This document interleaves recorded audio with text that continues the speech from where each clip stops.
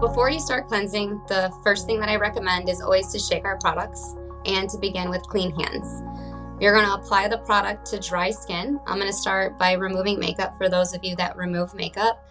This is just some suggested ways to do it. Of course, remove your makeup or cleanse your skin in ways that are more comfortable for yourself. So I'm going to start by shaking my product.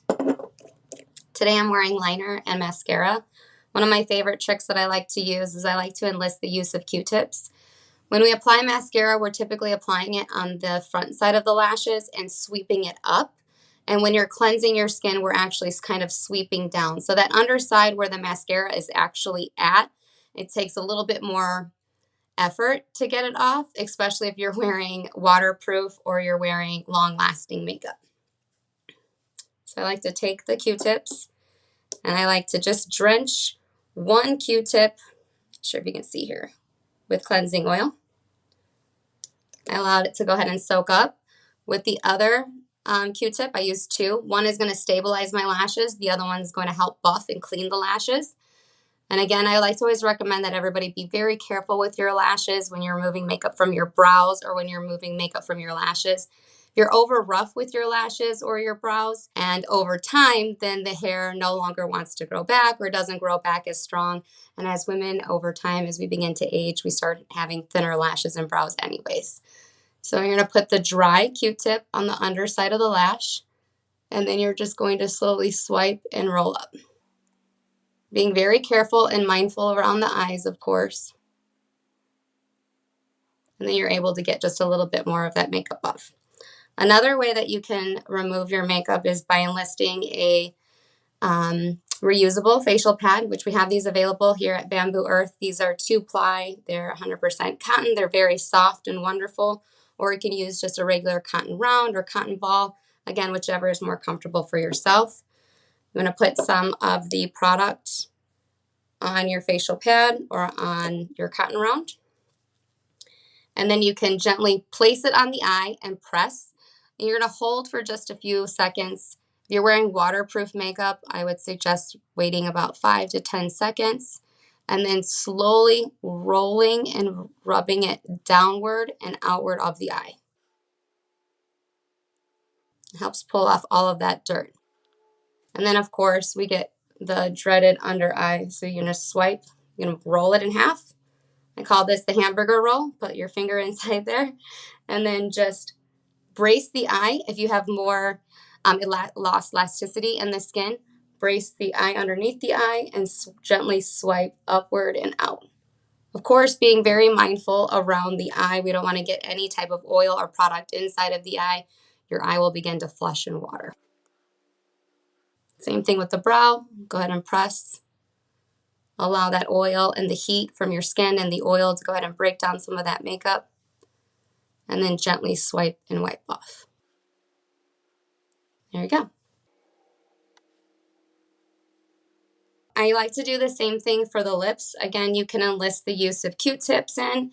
If you're wearing more pigmented lipsticks, or if you're wearing matte or something that's long lasting, especially if it's red, when we begin to move it, it smears and goes all over the face and gets the face a little bit more dirty than it is more clean. So again, another way that you can do it is by the Q-tips. This helps stop making sure that you're going to get any oil too deeply into the mouth for you to eat it. I would like to brace the lip, and you're just rubbing and pulling it off. You can also do that with the cotton round again. And you're going to just hold and press onto the skin. Now, for those of you that don't wear makeup, or if now you just have the base part of your makeup on, again, always starting with clean hands. You're going to take your makeup dirt and cleansing oil and place it into your non-dominant hand. You could also apply it directly to the skin. However, I do want to give a caution that this pipette here, not to touch that with your hand or touch it to your skin. You want to avoid cross-contamination. We usually recommend about a quarter size amount in your hand. And then I like to warm it. Spread it all over the hands. And then you're going to place it all over the skin. Don't forget your throat and on your décolleté. These are often overlooked areas. And this is often the places that we see premature aging begin. If you need to apply more oil at any time, please do so. You want to make sure that you're able to gently and glide across the skin without any tugging or pulling. You want to actually be able to make sure that you have some slipper coming off the skin. And then you'll just work it into the skin just as you would any other face cleanser. Just massaging in upward and outward motions, making sure to get into those areas that you may have some congestion at, or you may have some excess oil in. Again, the makeup dirt and cleansing oil breaks down not just makeup, it's also going to break down sunscreen or other impurities that you come in contact with during the day. I like to pay extra attention here to the lip line, especially if you wear lipsticks or lip glosses. We tend to get those clogged pores, and it makes it harder for us to get that nice crisp line if you do wear like lip liner or lipsticks. Being very gentle in the eye area. Of course, you want to go around the eye, soft and smooth and outward motions. If you have some elasticity in the skin or a loss of collagen already, brace the skin in any of those areas. You just want to make sure you don't no pulling, no tugging on the skin.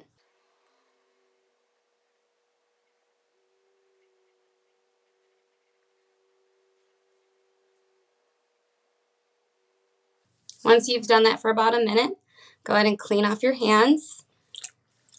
And then you're going to enlist the friends of either a facial washcloth, make sure that it's soft and gentle, or you can use our facial pads. We have these reusable facial pads that have two sides to them. They're really wonderful. You want to use really warm but not steaming water.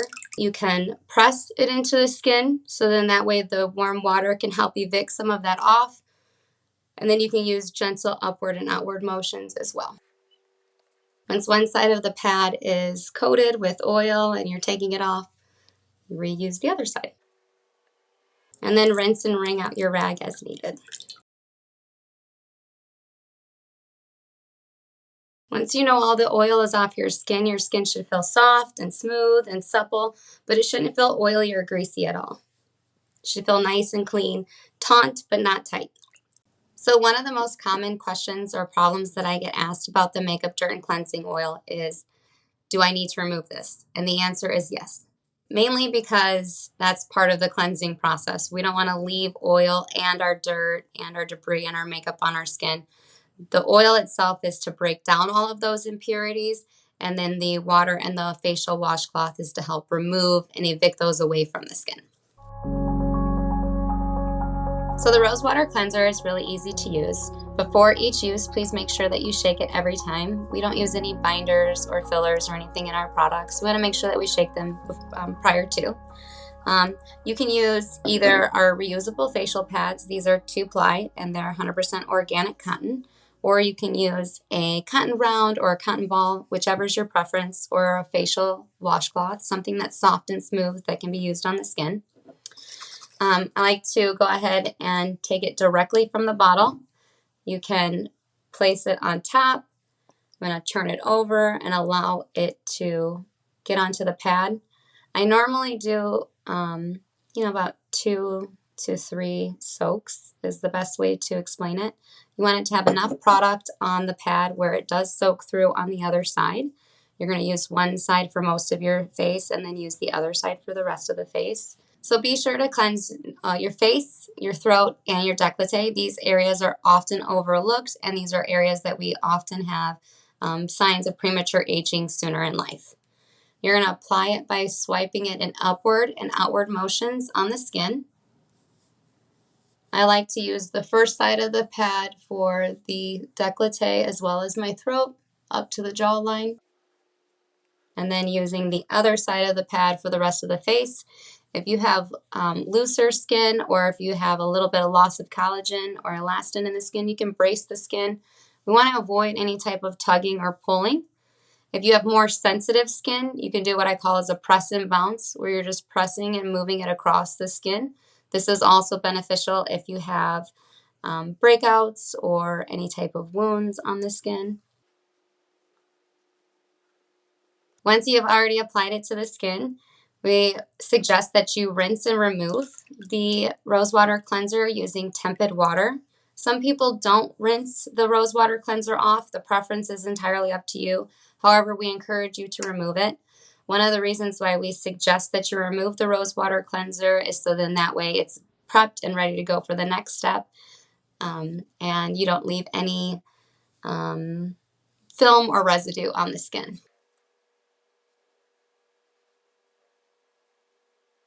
And that's it. You can also remove the Rosewater Cleanser by just rinsing and splashing the skin with water if you don't want to use a facial pad or a facial washcloth to remove it.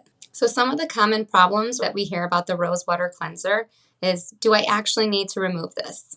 And the answer is entirely up to you. We highly encourage you to remove the Rosewater Cleanser after using it. It can help remove any excess bacteria or sebum or anything else left over on the skin. It also makes sure that there's no film left on the skin at all, usually due to human error. It's just what happens. But if you feel comfortable and if your skin enjoys it, you can leave the Rosewater Cleanser on your skin before moving on to your next step. One of the other problems that we get asked a lot about the Rosewater Cleanser is, what is this actually doing for my skin? Is it cleansing it all? And the answer is yes. Just in case if there's anything left over or residual oil from your oil cleanser, the Rosewater Cleanser will ensure that all that grime and bacteria is gone from the day. And if not, it's going to help ensure that all the water-based impurities from your skin are gone. The Dead Sea Mud Mask, you want to use about a dime size amount. I like to use a little spatula. You can either apply this directly to the skin, first by putting it in your hands, or if you have more blemishes or cystic acne that may be painful, you can also dispense it on a small plate and then apply it with a fan brush. And then I was going to show both ways on both sides of my skin. So once you have your amount that you're dispensed on, I suggest that you wet or dampen the skin. You can use it with filtered water, or you can use our Intense Hydration Facial Mist. Those are really great options. Get a little bit of the product on your hand. Go ahead and wet and move it. You want to add just a thin, even layer onto the skin. If you have more acne or if you have any painful blemishes, this is also a great one that you can apply with a facial brush. You want to apply the product in a really thin consistency and upward-outward motions all over the skin. You could also use this as a spot treatment as well. So if you only have a few blemishes and a couple spots, just kind of put it on there where it may be at, or it can be used anywhere on the face. Just want to be sure that you don't get it too far into the eye area. Our eye skin is really delicate. Those that have aging concerns on their throat or on their décolleté, you don't have to skip it out. The dime size amount is great if you're going to use this mask just on your face, but you can increase it to using about a quarter size amount. I have it like here on this little plate. And for those of you that are concerned with fine lines or wrinkles and aging on the throat and neck area, jawline, and décolleté, you can use this mask in all of those areas as well. It's going to increase the stimulation and circulation to the skin, so it may bring some mild redness or erythema.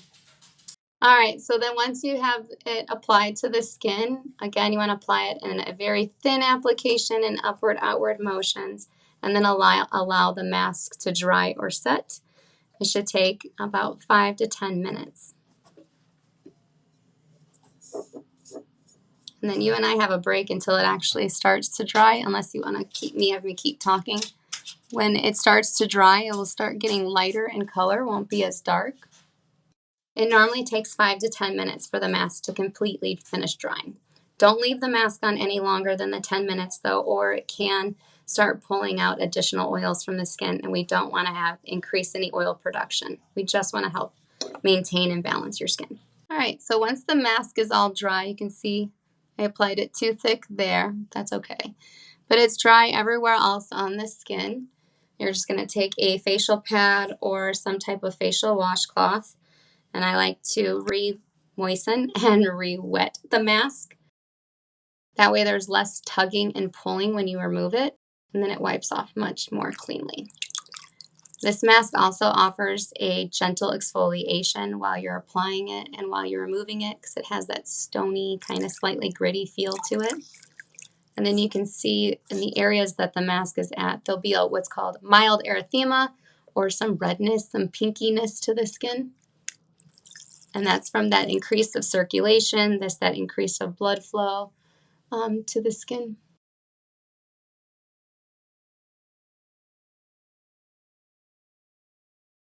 When you're removing your mask, guys, I recommend just removing it in upward and outward motions. Rule of thumb, we never really want to pull down or drag on the skin. We want to always make sure that we're encouraging it to remain youthful and upright. And that's it. So some of the common concerns that people will have with the Dead Sea Mud Mask is that it feels really thick and it's difficult to apply.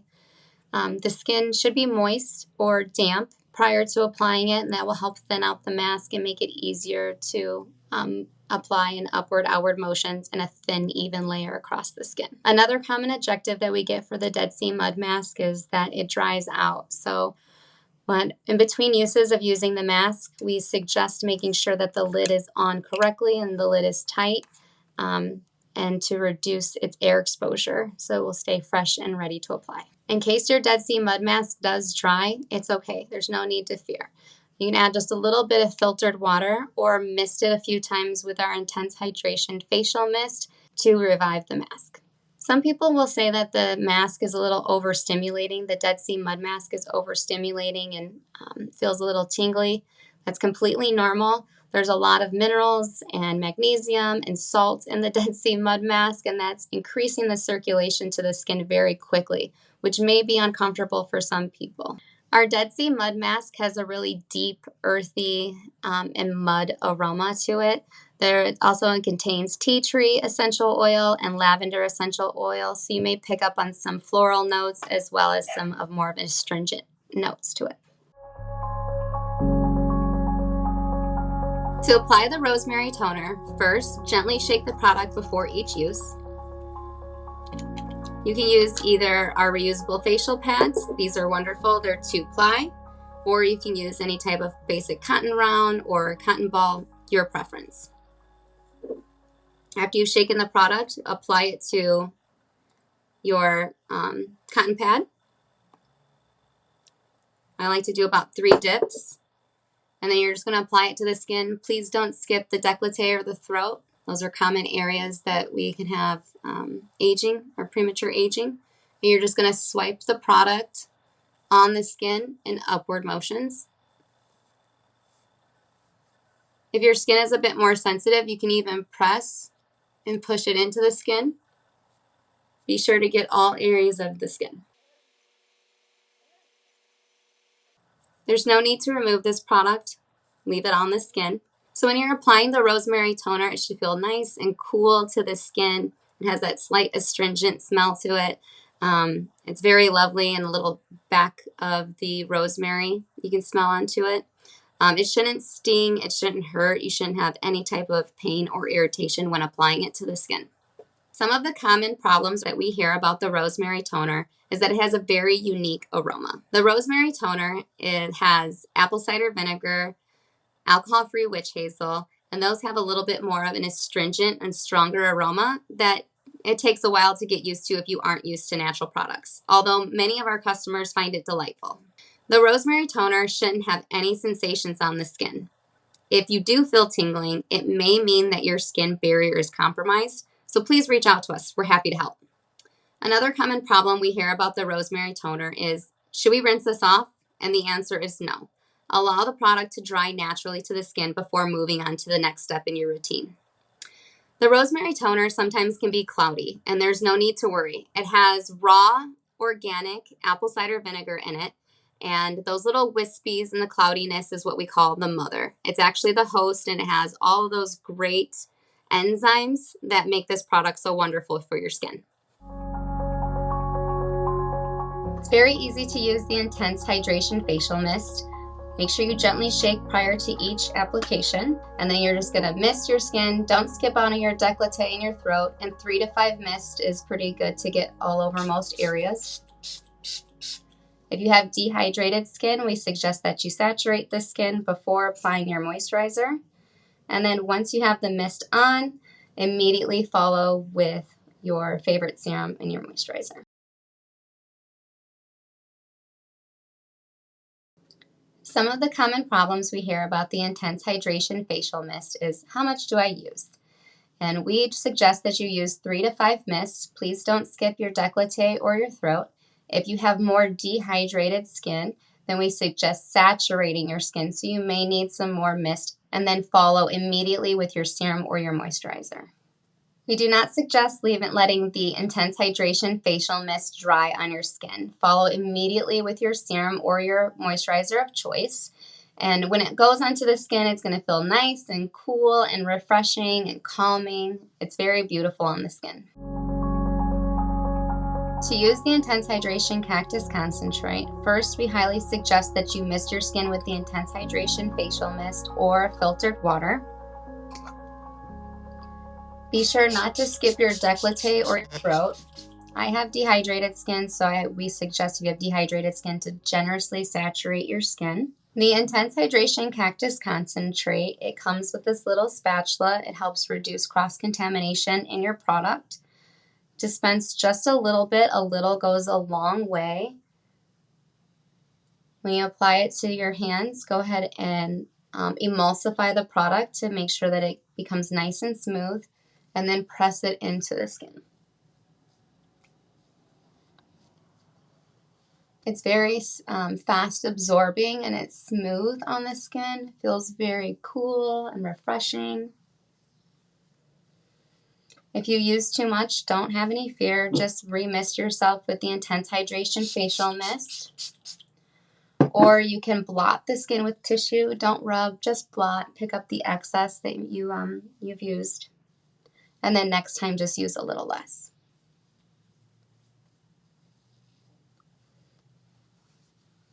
That's it. The Intense Hydration Cactus Concentrate has like a really great rainforesty kind of green tropical scent to it. And some customers, if you're new to natural products, they may not enjoy the aroma, although most of our customers really do.